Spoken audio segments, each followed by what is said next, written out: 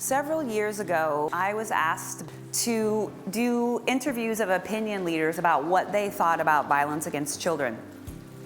And the headlines of that were, everybody had a personal story to tell, everyone.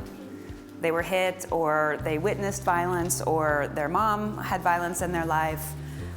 No one had ever talked to them about violence before. It wasn't something that they had talked about in sort of a social change context.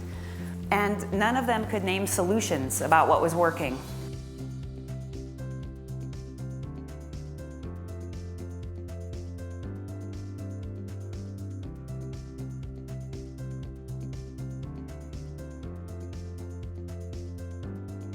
When we got involved with the Millennium Development Goals in 2000, this is child deaths per year in Africa.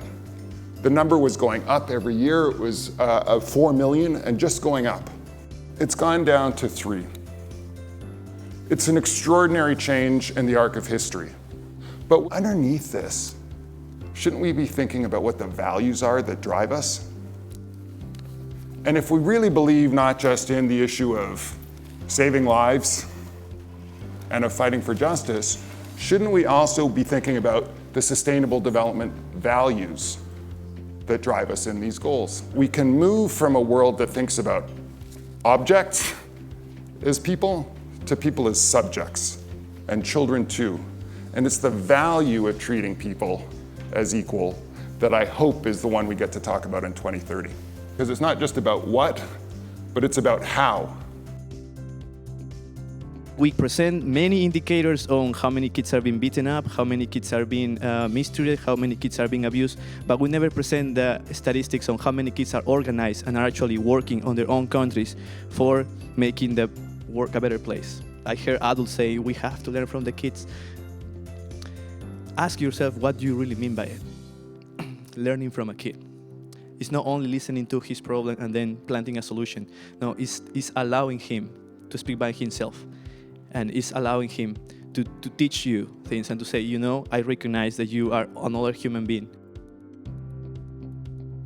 There's a sense of implicit bias. We don't see our children as children. I think that's the first solution I would say as it relates to Black boys. Often we associate strength with violence, for men particularly. And what we need to do is do, as Dr. King often talked about, was strength is love. In a study that we did in 2012 in Uganda, more than 90% of the children said to us that they experience physical violence routinely.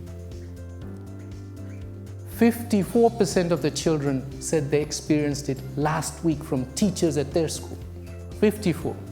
And all of this has long-term economic and social implications, not only for schools, not only just for individuals, but the society at large.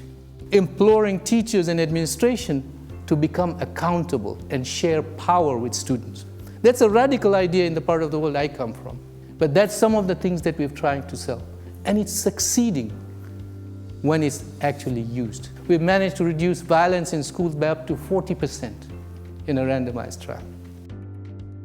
We know that actually one of the most common forms of violence against children happens in the home, often by those who are most close to children, their parents or their caregivers. We started to look at effective parenting programs. In our kind of search for this, we started to learn about brain development and how deprivation, stress, violence really impacts the brains of children. We consciously included brain science into the curriculum. It really resonated for parents to see a scientific picture and talk about how they can actually have a profound impact on their children's development. And we've completed 3 randomized controlled trials, and we've seen significant reductions in harsh punishments and improvements in positive parent-child interaction and positive practices.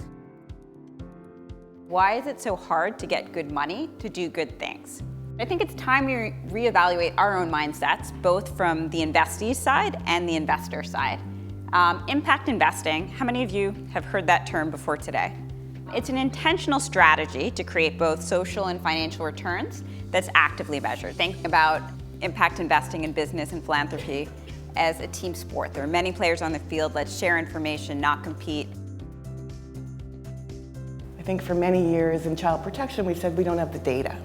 Well, we have some data now. I could go on and on with the negative numbers. We also know a lot about what to do, supporting families and children, helping children themselves to mitigate risks and navigate their lives, changing attitudes and norms, providing preventative and responsive support services, law and policy reform, and finally, data monitoring and evaluation. So I think we're at a point where with appropriate financing, and I'll use my superpower here, some tenacity, we can actually turn the corner on improving children's lives and protecting them. We do know what to do.